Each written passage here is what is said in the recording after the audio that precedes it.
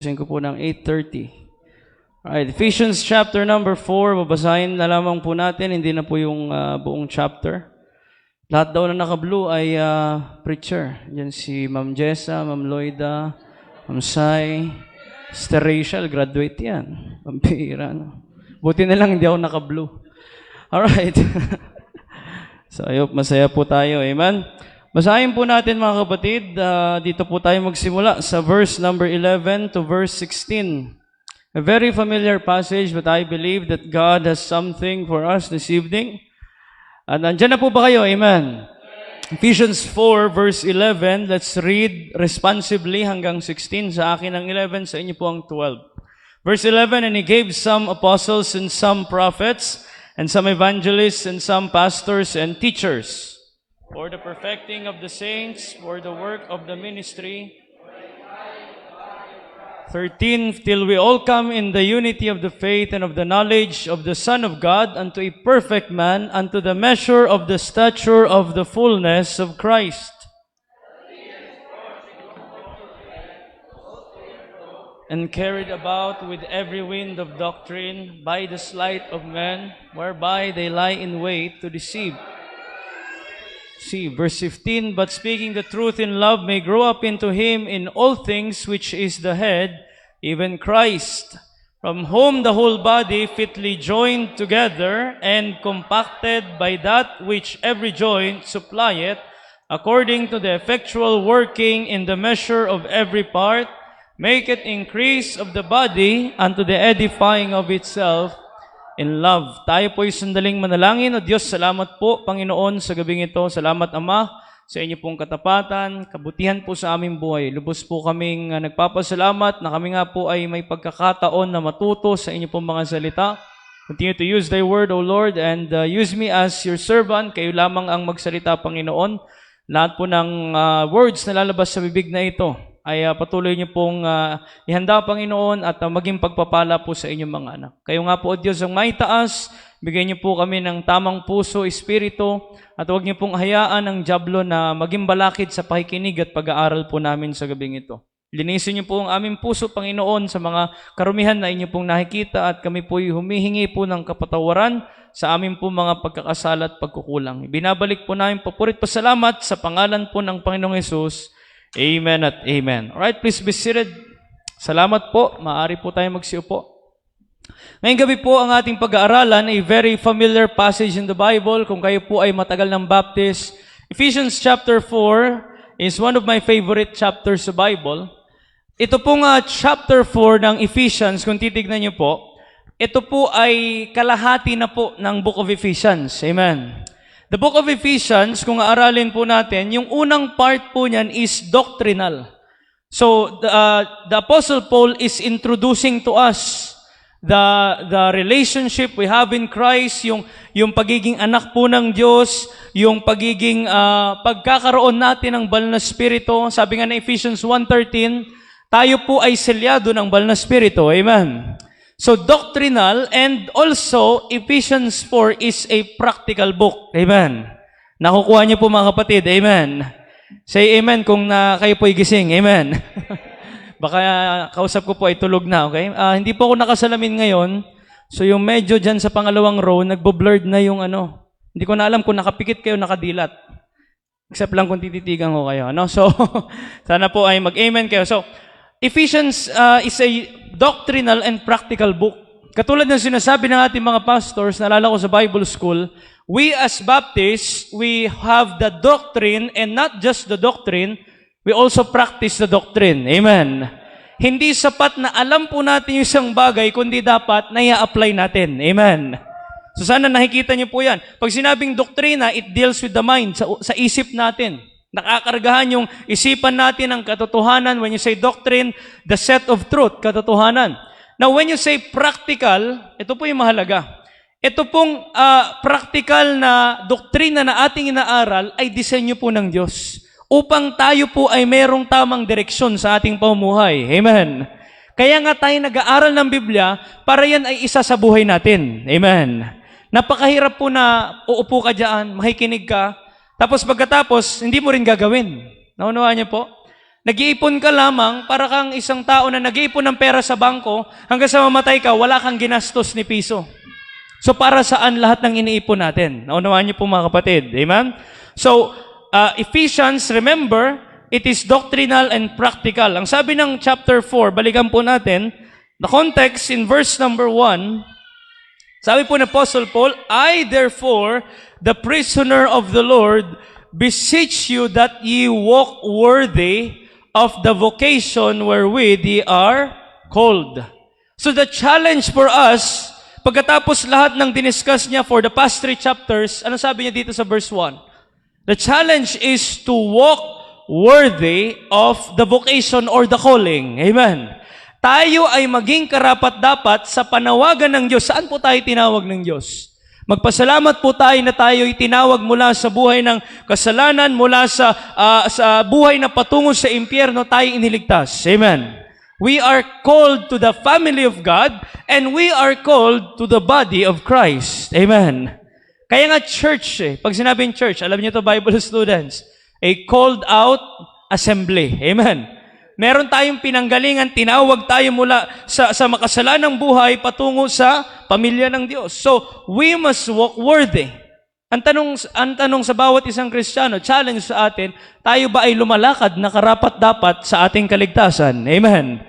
Is our salvation nakikita sa ating buhay, yung buhay na ligtas? In verse number 7, baba po tayo konti. Ang sabi po ng Bible, but unto every one of us is given what? Grace. Kaya nga po, kung ikaw ay niligtas na ng Diyos, ang biyaya ng Diyos ay nasa iyo na. Maliwanag po ba mga kapatid? Amen. Hindi po tayo gumagawa ng mga bagay-bagay sa ating pang-araw-araw, nagpapakabuti, nagsisimba, ano pa? Naalala nyo, nung tayo nasa tradisyon pa, di ba? Gagawa ka ng mga sakramento para makuha mo yung biyaya. And that is wrong in the Bible. Amen. Because grace cannot be, hindi mo pwedeng makuha yan sa sarili mong kalakasan. It is given. Nakita niyo po mga kapatid, amen? Every one of us is given grace. Amen. Kaya wag mo sasabihin kapatid na sila na lang. Kundi ikaw rin ay binigyang biyaya ayon, sabi ng Biblia, sa sukat ng regalo ng Diyos sa iyong buhay. That is why when you say grace, divine influence. Amen. Patuloy kapatid na namumuhay tayo sa biyaya sa araw-araw, ini-impluwensyan tayo ng Diyos. Maliwanag po ba? Amen. Napakahirap kung ang buhay natin ay wala pong biyaya at hindi makita ang impluwensya ng Diyos sa ating buhay. When you say grace, it is not just the influence, but the reflection of God. Nakita niyo po yun mga kapatid? Inimpluwensyahan ka ng Diyos at sino ang nakikita sa iyo? Yung nag-i-impluwensya sa iyo. Amen. Nare-reflect yung character ng Diyos, yung persona ng Diyos. Alam niyo po yan Mga Bible students, di ba? Who is God? What are the attributes of God? Di ba? Napakaganda pag-aralan yan. Sino ba ang Diyos? So, nare-reflect sa buhay natin. Yan po yung sinasabi ng Bible na biyaya ni pinagkalob sa atin. Now, para saan? Baba po tayo dito. Verse number 12. Ang ginamit po ni Paul is for. Amen. For. Para sa. Sabi niya, for the perfecting of the saints. When you say perfecting, it means to strengthen, to confirm, patibayin po tayo bilang mga anak ng Diyos. For the work of the ministry. And the ministry is none other than the preaching of the gospel. Amen. Ang ministeryo po ng simbahan ay wala pong iba kundi ipahayag ang ebanghelyo dito sa lugar na ito at kung saan pa makakarating ang ebanghelyo. Wala na pong ibang pinaka-main issue ng ministry. And what else? Sabi niya sa verse 12, the edifying of the body of Christ. So umiikot po ang buhay ng Kristiyano saan? Sa trabaho, sa ministeryo ng Diyos. Amen. Kaya nga po, lagi sa ating simbahan, ang emphasis is what? Ministry. Amen. Kayong mga young people, ini-encourage kayo na mag-join sa ministry. Amen. Kasi pag hindi kayo nasa ministry, pupunta kayo sa ministry. Nagets nyo? Amen. Marami na pong nangyaring ganyan. Nawala sa ministry, sa napunta? Ministry. Hindi na nag-Bible study, anong ginawa? Steady na sila. Steady na na nagli-live-in, steady na na may relasyon. Amen. Ba tayo napunta doon? Anyway, dinagdag ko lang yun kasi naranasan ko rin po maging kabataan. Kaya nga po, ang topic ko ngayong gabi, gusto ko kayo encourage, what is the benefits of the ministry? Amen. Ang ministry na binigay ng Diyos, na tayo inilagay ng Diyos, meron pong benepisyo yan. Kaya nga sa gabing ito, 4 na bagay po gusto kong talakayin. Number 1, puntahan po natin sa verse 14. Ang sabi ng Bible, that we henceforth, the word henceforth, beginning now, mula ngayon, kapag ikaw ay inilagay sa ministeryo, ikaw ay binigyan ng pastor, salamat, sabi ng verse 11, binigyan tayo ng evangelist, binigyan tayo ng pastors, binigyan tayo ng teachers. At sabi ng verse 14, sabi niya, that we henceforth be no more children. Alam niyo po bakit ginamit ni Paul itong bata na halimbawa? Sapagkat ang bata madaling malinlang. Amen. Ang bata, kung saan mo i-guide na direction, dun siya pupunta. Kaya nga number 1 na benepisyo ng ministry sa buhay ng Kristiyano is the right direction. Amen. The ministry will give you the right direction in your life. Ako po'y nagpapatotoo, nagpapasalamat. At when I began to join the ministry, ako po'y nag-join sa ministry, unang-unang ministry na itinuro sa CBBC, soul winning. Amen. Hindi yung ministry ng pag-awit, hindi yung ministry ng pagtuturo Sunday school, hindi yung ministry ng pagdadrive, kundi ang number 1 na ministry is soul winning. Amen. I remember the time, kasama ko yung si mother po atay, si Ma'am Joy, 7 years old. Nagpapass out kami ng truck sa Ato.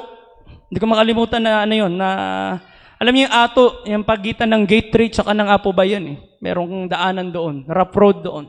First time ko nakapag-join ng trucks giving. At nung ako ay grade 4, grade 5, natuto na ako nag-soul winning. The age of 9 and 10. Nabaptize ako the age 9, 10 years old, nag-soul winning na kami sa every Saturday, sumasama kami. So salamat na yung ministry po ang nagbigay ng direksyon sa akin. Amen. Even during my teenage years, college years, nung ako ay graduate na sa Bible school hanggang sa may asawa ngayon, ang nagbibigay ng direksyon na tama sa akin is the ministry. Naunawaan niyo po mga kapatid. Amen. Ano niyo, napakagandang unawain itong sinabi ni Paul. Let's go back to the verse 14. Ang sabi niya, we henceforth be no more children. Ayaw ng Diyos na tayo ay maging isip bata. Amen. At ayaw po ng Diyos na katulad sinabi dito, toss to and fro. To and fro. Kung saan yung hangin, sabi nga dito, carried about with every wind of doctrine. Ang bata, ang isang Kristiyano na walang maturity, wala po siyang direksyon. Kung anong doktrinang narinig, yun ang igagrab niya. Amen. Wala siyang paninindigan. Bakit po? Ang sabi ganito ng Bible, madali siyang malinlang. Parang isang bangka na wala kang layag. Nung panahon po nila Apostle Paul, wala pa pong motor. Wala pa pong steam engine, wala pang diesel engine, wala pang nuclear-powered na mga barko. Ang gamit nila ay layag. Alam niyo yung layag, di ba? Nanonood kayo yung mga pirata, di ba yan? Oh. So may layag po, hahanginin yan. Kung saan nakadireksyon yung layag, doon itatakbo yung barko. Kung walang layag yung barko at yung bangka, ano mangyayari? Kung saan-saan lang mapupunta hanggang yung alon. Sabi nga po ng Bible, balikan natin, by the sleight of men and cunning craftiness. Kaya nga po, dapat maging maingat tayo na piliin natin na tayo ay huwag mawala sa ministry. Amen. Why? Because when you remove yourself in the ministry, and sabi ng Biblia, maraming manliling lang sa'yo.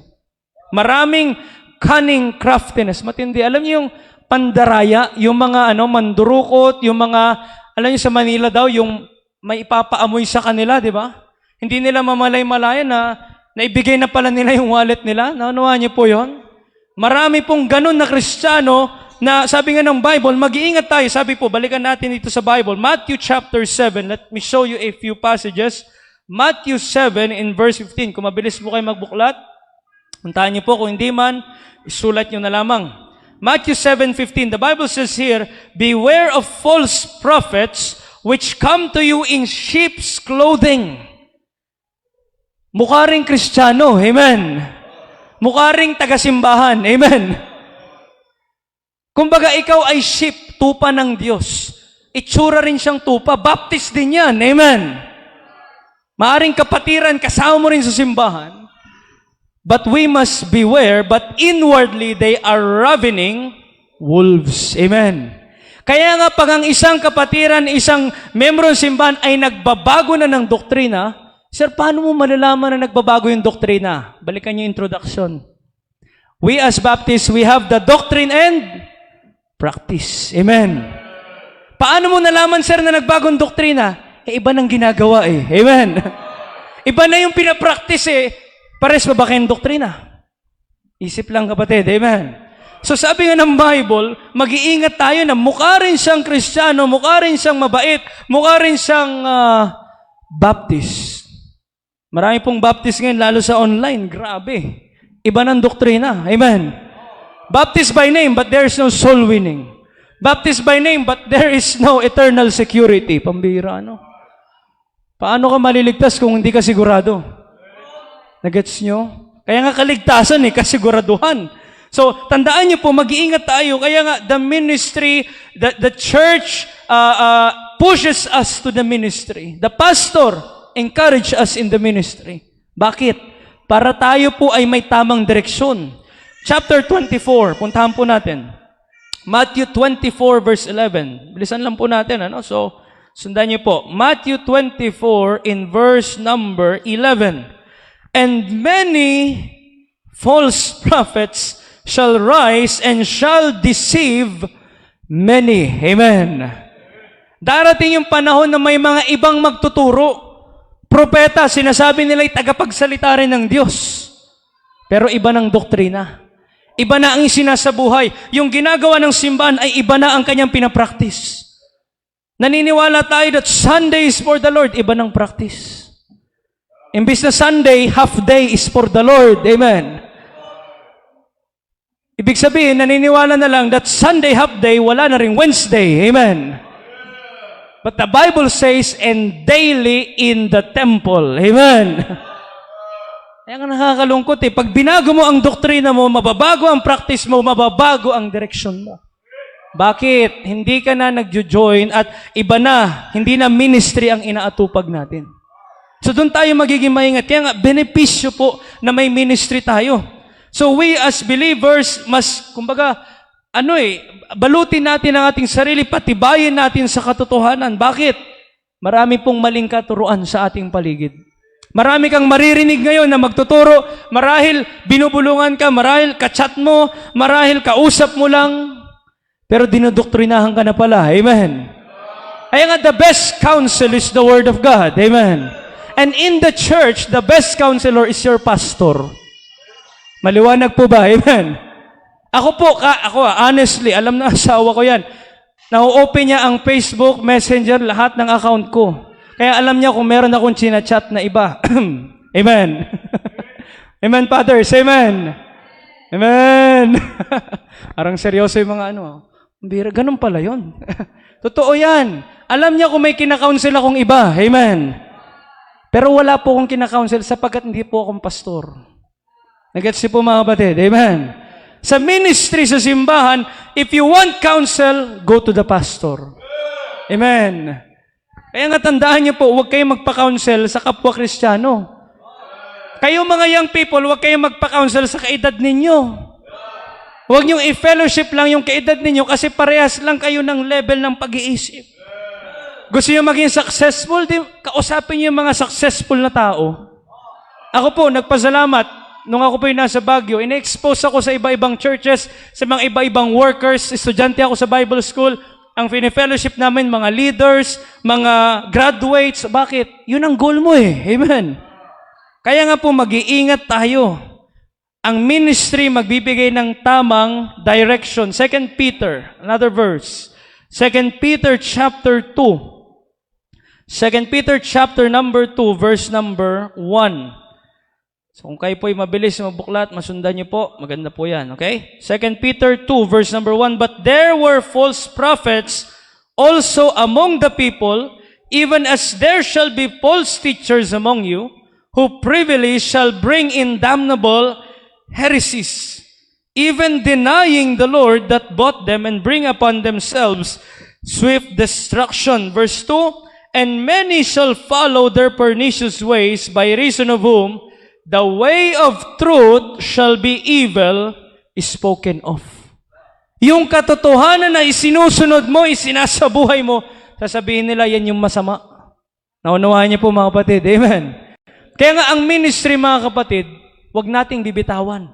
Let's continue to work, sabi ng Bible, the work of the ministry. Wag nating hayaan na yung ministry ay mawalan tayo ng time, mawalan tayo ng effort sa ministry. Alam niyo po, maraming tumatagal sa ministry, nagsasawa na. Alam niyo kung bakit? Sapagkat wala na silang effort sa ministry. Alam niyo, the best na ministry, yung binibigay mo ang iyong oras, ang lahat ng meron ka para sa ministry mo. Amen. Kaya nga po, ministry will give you the right direction. Number 2, balikan po natin, Ephesians. Ephesians 4, verse 15. Sabi ng Bible, but speaking the truth in love. Wow. Ganda po ng pagkasabi ni Paul. Number 2, the ministry will give you the right communication. Amen. Hindi niyo po ba alam na marami rin po na nasa ministry ang bumabagsak at nawawala sa ministry? Bakit? Nawawala yung dalawang ito. Ano sinabi ni Paul? The truth and the word love. Yes, we need to speak the truth. Amen. Kailangan natin magturo. Amen. Kailangan natin sabihin ang katotohanan. But with love. Amen. With love. Without contention, wala po tayong dinadown, wala tayong kinukundi ng tao. Kaya nga salamat na sa ministry, tinuturuan tayo, lumalago tayo sa ating communication. Alala ko yung isang post na nabasa ko. Sino nag-post noon? Sabi niya, magaling ka nga, marami ka nga nagawa. Kumusta naman ugali mo? Amen. Diba? Marami ka nga alam, marami ka nga natutunan. Pero kumusta naman ang iyong pananalita? Naalala ko yung nag-usap kami ng wife ko. One of my favorite verses. Diba? Yung sinasabi doon, even a fool, when he holdeth his peace, is counted wise.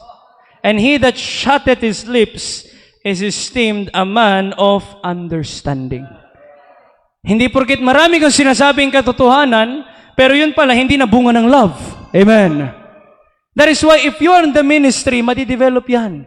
Alam niyo ba na kapag ikaw ay pupunta sa mga area, namimit mo ang iba-ibang uri ng tao, andito ko sa loob ng simbahan, iba-ibang pag-uugali natin. Amen. And God allows us to grow, to learn how to speak with sincerity. Sabi nga ni pastor walang plastikan dito, diretsahan. Amen. Pag diniretsa ka ng pastor, laman ng puso niya yon. Amen. Pag diniretsa ka, tinumbok ka sa iyong hindi maayos na ginagawa, magpasalamat ka kasi bunga ng pag-ibig yan. Amen. Kasi ang taong totoong nagmamahal sa iyo, ayaw kang masira. Amen. Pero yung mga tao na walang pakialam sa iyo, abay sasamahan ka pa na tumalon doon sa butas. Itutulak ka pa. Nagets niyo po mga kapatid.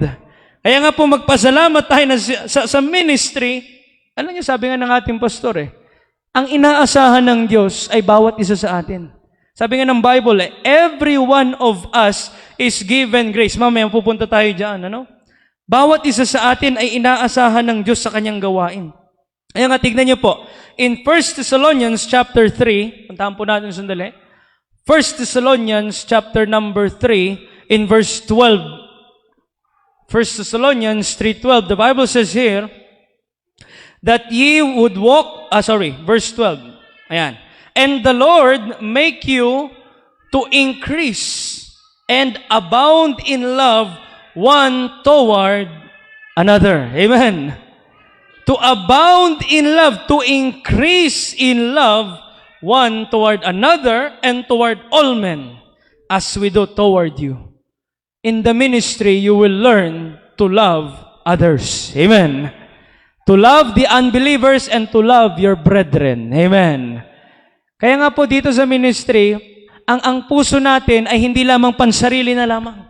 Ang iniisip natin yung kalagayan ng iba, kumusta naman si ganito. Yung word na love one another is 12 times lamang binanggit sa Bible.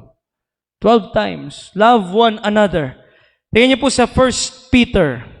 1 Peter chapter number 1 in verse number 22. Ayan. 1 Peter 1:22, sabi ng Bible, seeing ye have purified your souls in obeying the truth through the Spirit, unto unfeigned love of the brethren, see that ye love one another with a pure heart fervently. Wow! Magandang basahin, pero mabigat na responsibilidad. Amen. See, tignan nyo, na gampanan nyo ito. Ano yun? Mahalin ang bawat isa na may, alam niyo yung pure heart? Walang bahid ng anumang marumi, kasamaan, kalaswaan. Amen? Kundi yan ay pag-ibig na pinakita ng Diyos na siyang makita sa atin. That is why natututo tayo ng right communication. Amen? Sabi niya, speaking the truth in love. Gusto mong turuan ng iba, pero bunga ng pag-ibig. Huwag bunga ng galit. Amen. Huwag po tayong magsasalita kung bunga ng galit po yan. Itikom mo na lang, ipabukas mo, tingnan mo bukas. Hindi ka nagalit. Amen. At huwag pong bunga ng sama ng loob. Amen. So, speaking the truth in love, we will learn the right communication. Alam niyo sa ministry, ako po, biyaya ng Diyos na naranasan ko po maghawak ng ministry sa Baguio, naalala ko lamang. Hanggang ngayon dito po sa atin. For 5 years dito, sa Baguio 9 years, hawak ko po yung music choir. I was the youngest, 2009. Hinawakan ko yung choir, I was 17 years old. Lahat ng choir members, almost 20 and up. Saka na lang nag-join yung mga teenager nung the following year, 2010. Dira nung simula talaga, paano ko ididil ito? Paano ko sila kakausapin? Paano ko sasabihan na mali ito, na ganyan, ganyan, ganyan? Pero salamat that through the ministry, natututunan natin yung pag-ibig. Amen. God, sabi nga ng Bible, ang Diyos ang nagkakaloob sa iyo na mag-increase ka sa pag-ibig sa iba. Kaya nga alam niyo po, pag nakita natin ang puso ng Diyos, naranasan natin na mahalin yung mahal ng Diyos, madidevelop yung pag-ibig mo sa iba. Kaya nga tayo, di ba, pag Sunday, hindi na lang sarili natin iniisip natin. Amen? Pagka may time tayo na nakaschedule na mag-soul winning, na mag-visit, mag-follow up, bakit iniisip natin yung iba? That is the ministry. Kapag pag dumaan yung offering bag, nagbibigay tayo. Why? That is love. Amen. So number two, grow up into Him in all things, which is the head, even Christ. The Bible says Christ is the head of the body. Amen. The body is the church. So Christ is the head of the church, and every member of the body must grow up in Him. So number 3, the benefit of the ministry. If you're in the ministry, you will learn the right maturation. Amen. Maturity. Amen. Tamang paglago sa buhay ng Kristiyano. Maraming tumagal sa simbahan, maling paglago. Bakit? Hindi ministry ang focus. Amen. Maraming tumagal, more than 9 years or maybe 8 years na sa simbahan, pero bakit? Wala pa ring maturity sapagkat hindi nakafocus sa ministry. Amen. But when you are focused on the ministry, you will learn to grow up in Him. Hindi po tayo nag-grow sa galing natin sa mga skills natin, talento natin. Hindi nag-grow yung pera natin sa bangko. Hindi po yun eh. The ministry is growing in Him. Amen. Who is Him? Who is He? Growing in Christ. Amen. Let me remind you, kapatid, Ministry is not about the pastor. Ministry is not about the church. But ministry is about Christ. Amen. Tandaan niyo po yan. When you win a soul, para saan yun? Para kanino yun? At sino ang pinapakilala mo? Di ba si Kristo? Amen? Pag ikaw ay umawit dyan, para kanino? Para nakatingin yung crush mo? Nakatingin yung bisita mo kasi pa-impress ka? Tagal-tagal na rin po ako sa ganyang ministry. Naalala ko yun sa Baguio. Talaga, sabi ko nga, hindi ko makalimutan na time yun. Niload ko sa Panginoon.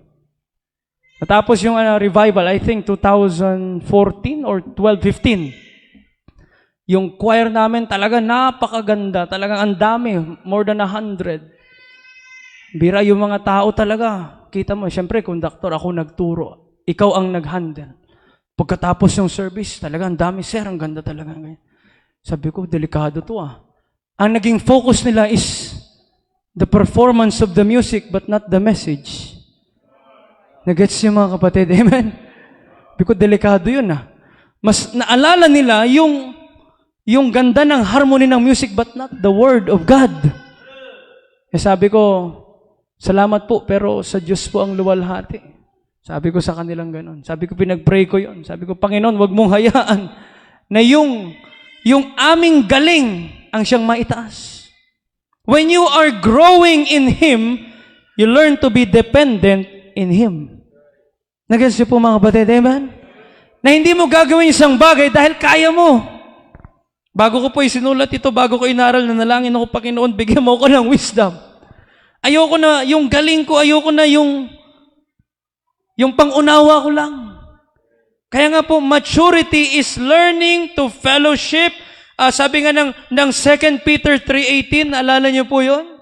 But grow in grace and in the knowledge of our Lord and Savior, Jesus Christ. Hindi sinabi doon, grow in your skill, in your talent, in your money, in your whatever. But grow in the grace of God. Ano yung grace of God? Impluensya ng Diyos sa'yo. Ang tanong kapatid, sa lahat ng ginagawa natin sa araw-araw, na impluensyahan pa ba tayo ng Diyos? Or is it our own mind, own strength, fellowship, acquaintance? Naalala ko yung acquaintance fellowship eh. Di ba? Sino kasama namin doon? Sir Max.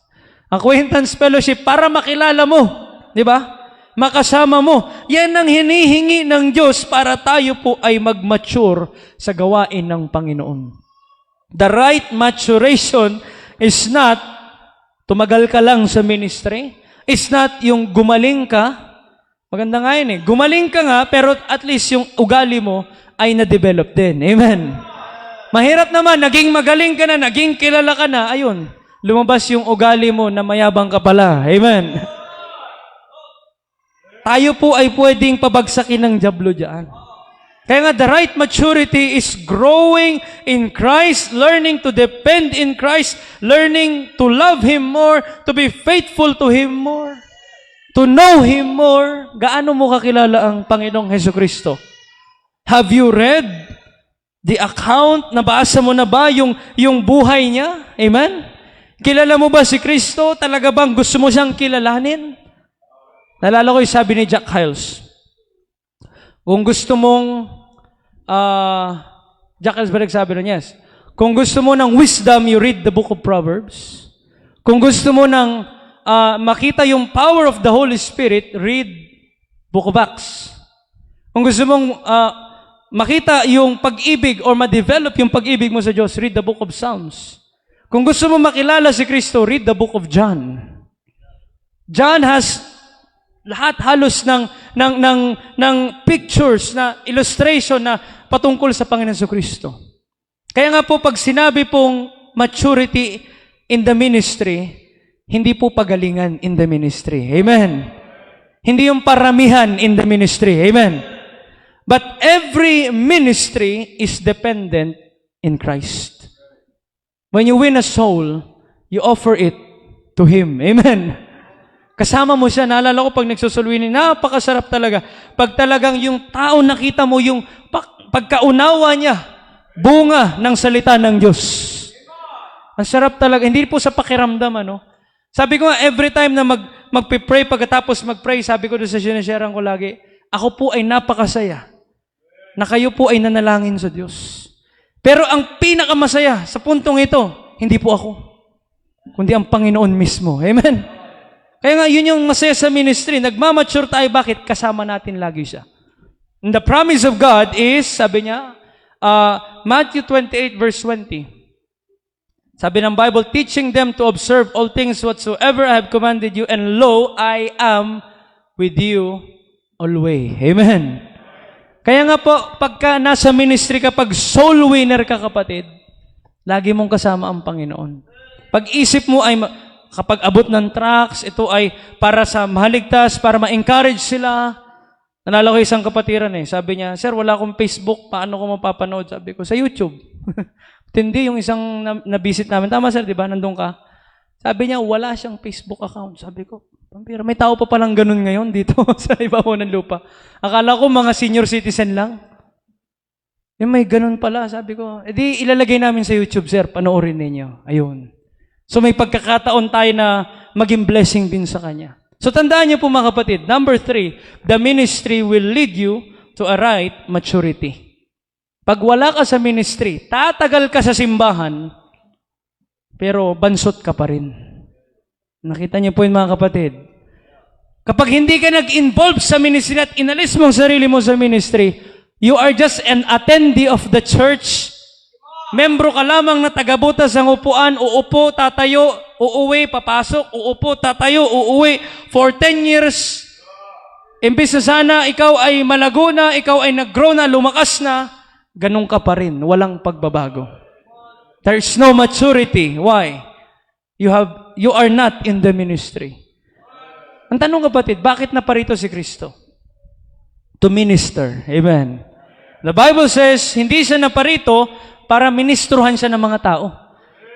Kaya nga yung mga apostol niya ang akala, siya ang maghahari. Nagtanong yung magkapatid, si James at si John. Ginamit pa yung nanay nila. Sabi nung nanay, Panginoon, yung anak kong dalawa, huwag mong kalimutan yan. Parang ang pakiramdam ng nanay niya, magiging hari ang Panginoon. Nasa kanan niya si James, sa kaliwa si John. Ang sabi ng Panginoon, kung sinong pinakadakila, siya ang maging lingkod ng lahat. Boy, mahirap yun Paglilingkuran ko kayong lahat, ako nga ang dakila Ganun po sa gawain ng Panginoon. Amen. So maturity, the right maturity. And number 4, tignan niyo po, balikan natin, Ephesians 4, verse 16. Ephesians 4:16, the Bible says, last point, from whom the whole body fitly joined together and compacted by that which every joint supplieth, according to the effectual working in the measure of every part, make it increase of the body unto the edifying of itself in love. Again, the focus of the ministry is to increase the body. Amen. Palaguin ang gawain ng Panginoon. Kanina po, yung sinabi ko nga po sa inyo kanina, the perfecting of the saints, to edify the body. So sabi niya dito, inulit niya po yan, to increase the body. Kaya nga ang kalooban ng Diyos, kapatid, hindi lamang po tayo, kundi madagdagan pa tayo. Amen. Pero mangyayari lamang po yan, mga kapatid, na lalago ang katawan ni Kristo, lalakas at titibay at dadami pa. Hindi lamang dito, may iba-ibang lugar na kung saan ang Diyos din po ay maglalagay ng representative ng kanyang katawan. But that will happen if there is the right cooperation. Amen. The ministry will lead you to the right cooperation in the church. Pansinin nyo, kung sino pa yung walang ministry, sila pa yung hindi nakikipag-cooperate. Amen. Diba? Pag hindi ka kapatid nag-join sa ministry, it means you are not part to help and to assist one another. The word one another in the Bible, paulit-ulit po yan. Sa 1 Corinthians, halos diniscuss ni Paul yan kasi ayaw po niya na nadi-divide ang simbahan. The ministry must strengthen a church, not to divide the church. Kaya nga po ang head ng ministry is the Lord Jesus Christ. We are just, what? Instruments. Ako po ang nagli-lead marahil sa isang ministry, ang pastor nagli-lead ng church, but we are all part of the body. Ano sabi niya po dito? Verse 16, unawain natin ito. The whole body fitly joined together. Fitly. Parang sa sasakyan, di ba? May tamang fitting sa lahat yan. Amen. May tamang tornilyo sa bawat butas, may mga nut, may bolt yan, may bushing yan. Sa makina, may mga moving parts yan. Dapat fit na fit yan. Kayo pong may mga sasakyan. Amen. Nalala ko, nagbabiyahe kami, maliit na rubber cap ng brake. Hindi pwedeng tumakbo na hindi mapalitan yung ganyang kaliit na rubber cap. Bakit, sir? Abay, pababa ka ng Baguio, wala kang preno. Gusto nyo? Ano yung sira? Yung maliit na rubber cap. Paakyat kami ng Baguio, ano yung sira? Yung gasket. Yung sa water pump, gasket lang. Alam niyo po yung gasket, di ba? Parang papel lang yon. Napakaliit na part. Pero napakatindi nang nangyari nung paakyat kami. Abay, grabe. Bakit? Hindi naka-fit lahat. Kaya nga sa simbahan, kapatid, ang kalooban ng Diyos ay magkaroon ng proper order. Amen? Nalala ko sa bahay, nakalagay. Proper place for everything. May tamang lalagyan.